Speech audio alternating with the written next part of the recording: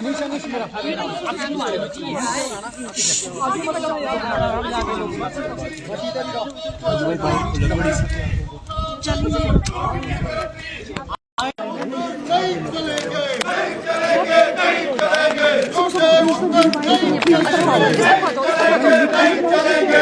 को गुमराह करना बंद करो, बंद करो, बंद करो। सदन को गुमराह करना बंद करो, बंद करो, बंद करो।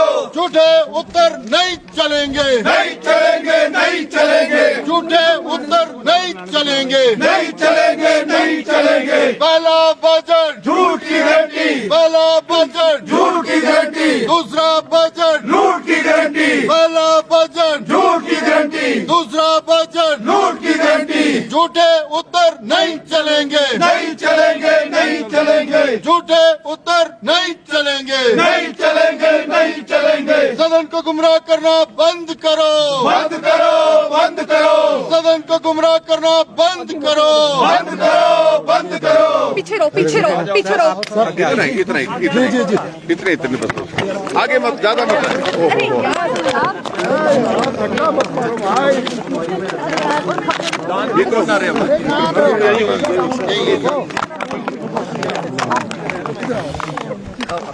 बहुत ऊंचा हो गया।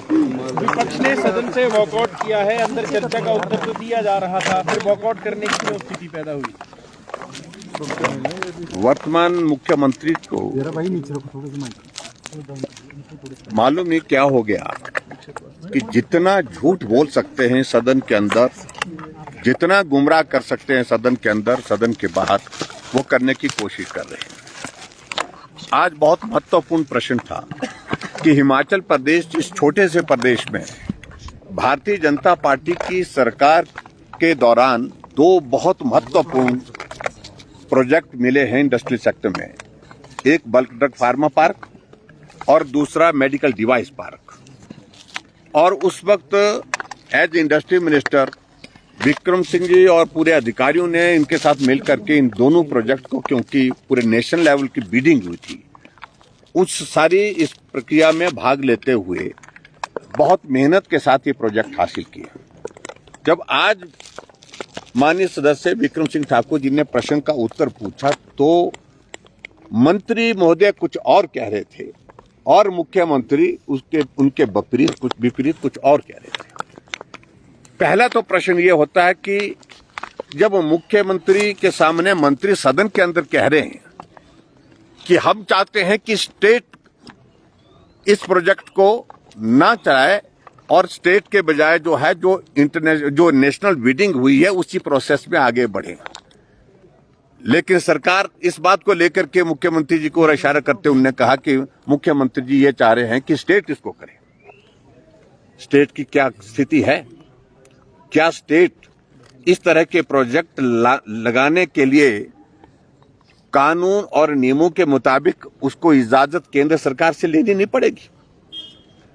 सबसे इंपॉर्टेंट चीज ये है कि दोनों प्रोजेक्ट को होल्ड पर रख दिया गया है, रोक दिया गया है। जो एपीआई के लिए जो इंडस्ट्रियलिस्ट हैं उन लोगों को बुला बुला करके कहा जा रहा है कि आप क्या करने चाह रहे हैं, किस प्रकार से इस प्रोजेक्ट को लगाने जा रहे हैं। राय लेना एक बात, लेकिन उनसे जिस प्रकार से बातें की जा रही है उस तरह से उनकी हिम्मत नहीं हो पा रही है।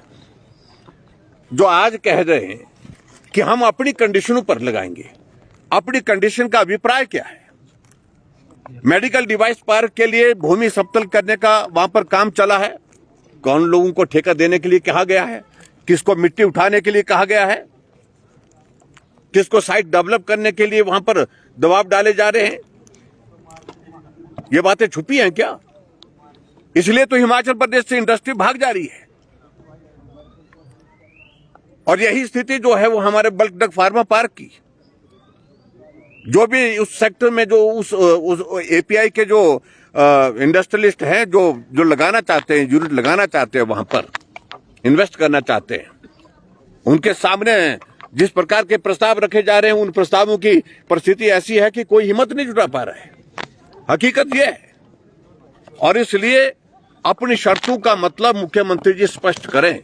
शर्तें ये है कि जिनको पूरा करना किसी भी इंडस्ट्रियलिस्ट के लिए आज की तारीख में संभव नहीं हो पा रहा है, उनके लिए मुश्किल है, और कुछ इंडस्ट्रियलिस्ट तो हाथ जोड़ करके ही चले गए।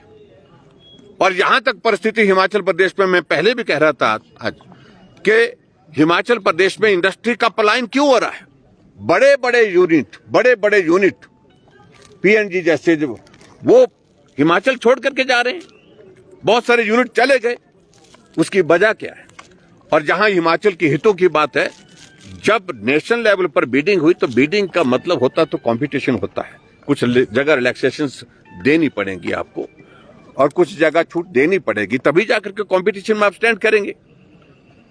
और ऐसे में आज जिस प्रकार से जवाब दे करके मुख्यमंत्री जी संदेश देने की कोशिश कर रहे हैं, बार बार उन्होंने कोई 10 बार इस शब्द का इस्तेमाल किया, हिमाचल अपनी, क्या बोला उन्होंने, हिमाचल अपनी शर्तों पर, अपनी शर्तों पर। ये शर्तों का मतलब बहुत गहरा है, और बातें जो है आखिरकार जो व्यवहार में होती है वो फिर कहीं ना कहीं किसी न किसी रूप में जाहिर हो जाती है। आज वो जाहिर हो रही है। आज वहां पर इंडस्ट्रियल एरिया में, इंडस्ट्रियल का बद्दी बरोटी बाला का इलाका, नालागढ़ के इलाके में क्या वहां पर तांडव मचा हुआ है, इस बात को समझने की आवश्यकता है। और आज तक हिमाचल प्रदेश में ऐसी स्थिति कभी नहीं आई आज तक। कांग्रेस की भी सरकार रही। तो इसलिए हम आज उनसे इसी बात के लिए कह रहे थे कि जो प्रोजेक्ट आप अनावश्यक रूप से डिले कर रहे हैं, उनको डिले मत करिए। जितना जल्दी लगाएंगे, प्रोजेक्ट जब मिल गया है, उन प्रोजेक्ट को जल्दी लगाइए। जल्दी लगा करके हिमाचल के बेरोजगारों को रोजगार मिलेगा, और उसके बाद उसके साथ साथ में बहुत सारे लोगों को रोजगार के साथ साथ में उनके जो वहां पर उस इलाके की जो है लोगों की एक आय का एक बहुत बड़ा जरिया खड़ा होगा।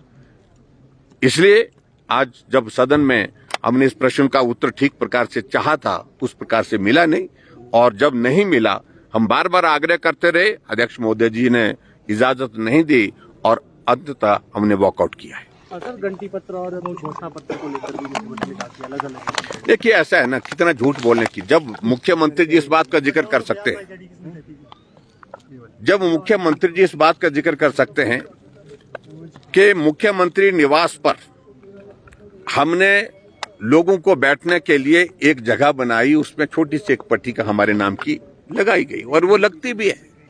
हमने लिफ्ट लगाई और लिफ्ट लगा करके उसकी एक छोटी सी पट्टिका लगी वहां पर, लेकिन एक एक चीज को हटा दिया गया। और मुख्यमंत्री जी कहते मुझे तो मालूम ही नहीं है। जिस मुख्यमंत्री निवास में उनको ठहरते हुए 1 साल हुआ, अभी तक मुख्यमंत्री जी हाउस के अंदर कह रहे हैं कि वहां पर लिफ्ट लगी है, मुझे तो पता ही नहीं। इतना झूठ बोल करके कोई आदमी इस प्रकार से बात करे, मुख्यमंत्री बात करे, तो सचमुच में ये हास्यास्पद परिस्थिति है।